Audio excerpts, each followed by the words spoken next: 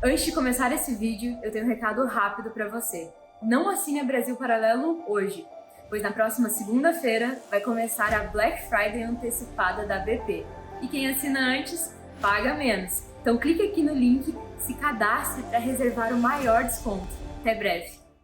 Eu acho que sobre esse período foram criando duas... Você tinha um grupo de comunistas em Hollywood real. Isso não é delírio, não é conspiração, é uma coisa que Stalin participou ativamente para criar. É uma coisa que era, por vezes, querida por alguns americanos que eram envolvidos com o comunismo. Há documentos mostrando isso. O Charlie Chaplin, por exemplo, conheceu o Sergei Eisenstein, que era o cineasta de Moscou, o principal, e eles trocaram um papo e a galera do círculo socialista felicíssima com o encontro e tal. Era uma coisa que era até chique, de certo modo. E aí, com todo esse grupo, surgiu, claro, uma reação, que é essa Motion Picture Alliance, depois uma reação na House of Un-American Activities, né? Foi criado um comitê da Câmara dos Deputados americana, da House A of famosa Representatives. RUAC. É a famosa RUAC, para investigar tudo isso. O Walt Disney Funds que depuseram contra a infiltração comunista, inclusive falou, gente, aqui na minha empresa teve briga sindical e os caras estão mesmo infiltrados e tem comunista mesmo. Nós temos na BP Select um dos melhores filmes da história do cinema, que é On the Waterfront, o Sindicato de Ladrões, porque o Elia Kazan era ligado ao comunismo. Era um diretor ligado ao comunismo. E ele denuncia a própria infiltração da qual ele fez parte. Fala, não, tem infiltração comunista porque eu fazia isso, eu sou parte da infiltração comunista. Na exata época do que o Nogueira estava relatando Exatamente, do Dalton Trumbo. exatamente. E aí o Elia Kazan acaba sendo perseguido ao extremo, porque muitas vezes fala assim, tia Rua, que tu perseguiu os comunistas, mas é uma briga de dois lados. E o Elia Kazan foi extremamente perseguido ali nos anos 50, cancelado, atacado, até o ponto que ele não conseguia fazer os filmes direito. E aí o Sindicato de Ladrões, que é com Marlon Brando, inclusive. Uma das grandes atuações do Marlon Brando. Das melhores atuações é exatamente essa figura do sindicato corrupto, que manda nas coisas, que impede as pessoas de trabalharem direito se elas não aderem à cartilha que está pré-estabelecida. É um belo filme. E aí, nesse período de atritos, né? E eu queria ouvir da Ana Paula também ela contar essa história, porque uma das figuras que se destacaram nesses comitês, como depoente, foi o Ronald Reagan, que depois que inicia, de certo modo, a carreira política dele nesse momento, e depois vai ser presidente americano. Né? Você inicia a carreira política sem saber que estava iniciando, né, a carreira política. Ele, quando ele se tornou presidente do Sindicato dos Atores, um dos papéis dele ali dentro era exatamente apontar esses comunistas infiltrados dentro de toda a corporação do entretenimento ali. Então, muitas vezes a gente fala, bom, o cinema é uma arma política dentro do capitalismo porque tem os meios, né? Mas não é só dentro do capitalismo. Os soviéticos entenderam que eles precisavam expandir através da propaganda e como fazer isso na União Soviética. Bom, ali não tem como porque ali não precisa, né? Nessa arma não é necessária essa ferramenta. Ali na União Soviética o governo dita, o governo fala, obedece quem tem juízo. E era preciso expandir toda a ideia comunista dentro da aura soviética para o Ocidente, nada melhor do que se infiltrar em Hollywood.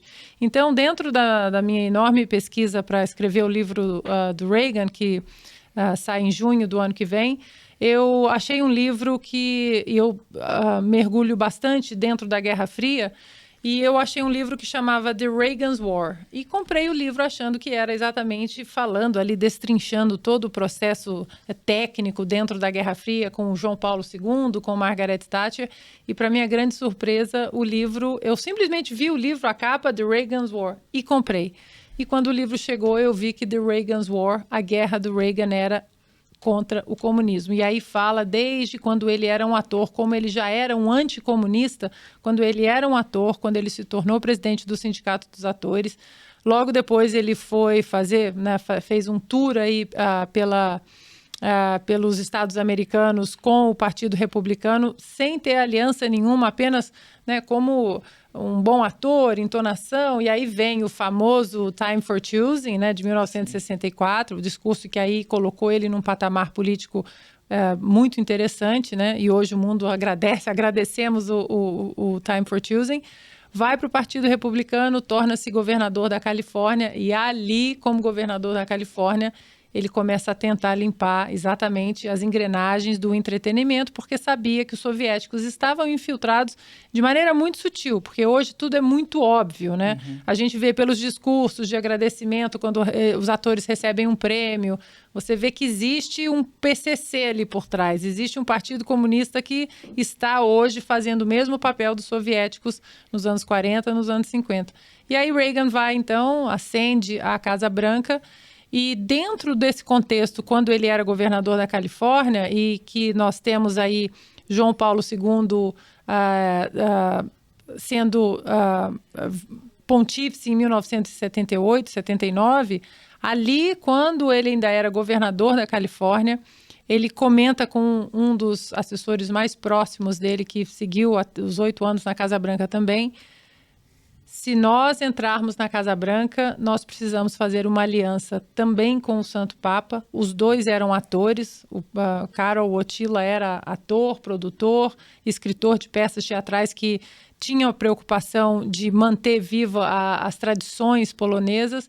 E ele comenta com o assessor dele: se conseguirmos entrar na Casa Branca, esse é um dos nossos grandes aliados, porque nós precisamos ter a linguagem teatral, sutil, porque não adianta acordo, não adianta assinar, porque acordos eles são quebrados, eles são rasgados. Precisa de uma soft power, uma soft weapon. E eles entenderam isso, e a maneira, né? A história mostra com a maneira como João Paulo II e Ronald Reagan se infiltraram no imaginário das pessoas também através de histórias e documentários. Vem aí a Black Friday antecipada da Brasil Paralelo.